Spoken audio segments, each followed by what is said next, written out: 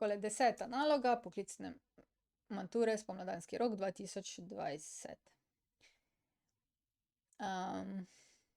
Dana enačba premice v odsekovni obliki.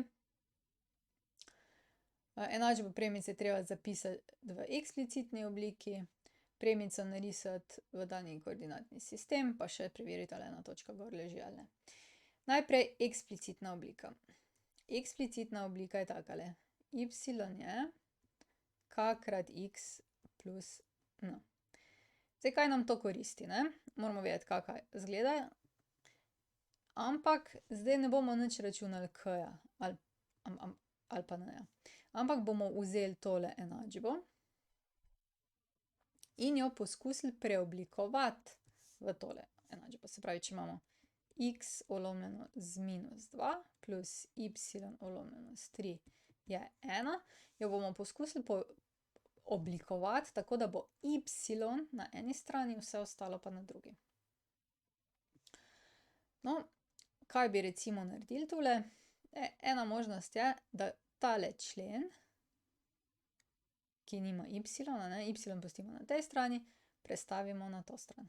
In dobimo y tretjin je, to smo prestavili na to stran, se pravi je x polovic pa plus 1, ki je že bila na tej strani.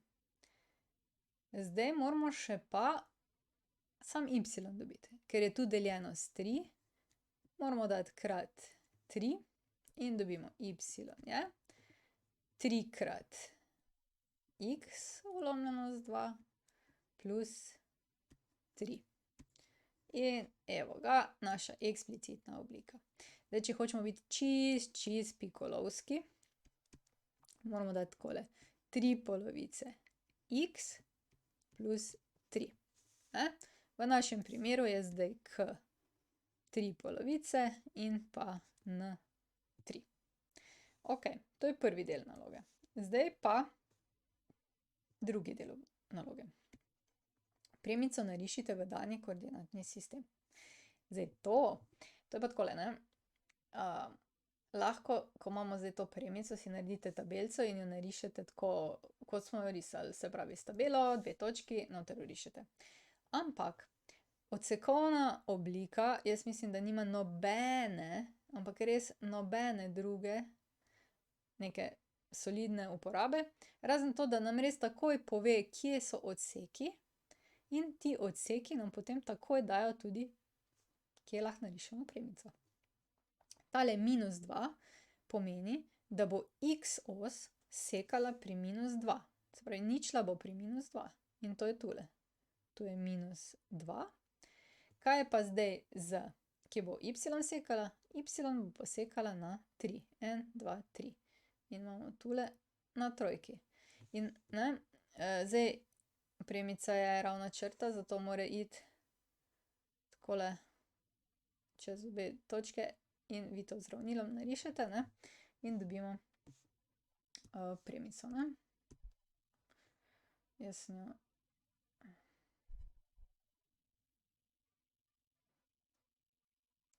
takole malo sem jo, jaz sem jo malo takole, evo, da bo lepša. To je zdaj naša premica.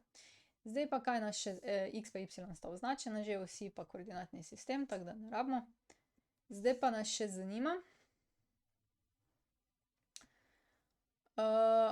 ali točka A, 12, 22 leži na tej premici. Se pravi, zanima nas A, 12, 22, ali leži na tej premici. To pomeni, tale bo x, tole bo pa y koordinata. Če leži, potem mora za njo veljati ta formula.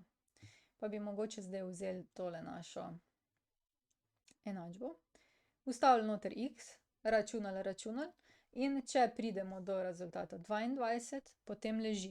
Če pridemo pa do česa drugega, pa upamo, da se nismo po poti zmotili, ali pa ne leži. Se pravi, y je 3 krat, namesto x bomo dali 12 polovic plus 3 cele. Y je, tukaj 2 pa 12 se pokrajša, ne, da ne bo tako hudo, in dobimo 18 plus 3 y je 21. Se pravi, ko je x 12, potem je naš y 21. To pa pomeni, da tule nimamo istih številk, ne. In ta točka je v bistvu samo za eno malo bolj gor prestavljena. Na 12, vendar na premici ne leži, ne, tako malo višje gor bi ležala. Tule seveda na 12. In zato damo odgovor ne leži. In smo dobili točke.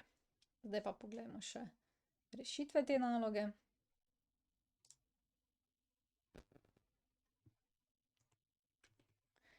Drugače pa seveda bom vesela, če se naročite na moj kanal, če vam je koristilo tole kaj, a ne. Kak like stisnite. Pa bode, ne. Že kar takoj boljše. Dajmo zdaj pogledati rešitve. Eksplicitna oblika, 3 polovice x plus 3, to je v redu. Izgleda takle fino, ne. Kandidat dobi postopkovne točke, če pravilno upošteva napačno eksplicitno enačbo premice. Se pravi, to je pošteno, če ste si vi narobe izračunali premico in reševali po njej, ste potem še vedno dobili točke, a ne. Kaj pa tole? Zdaj ko smo izračunali, smo dobili 21 in smo mogli ugotoviti, da točka res ne leži na premici. Odlično.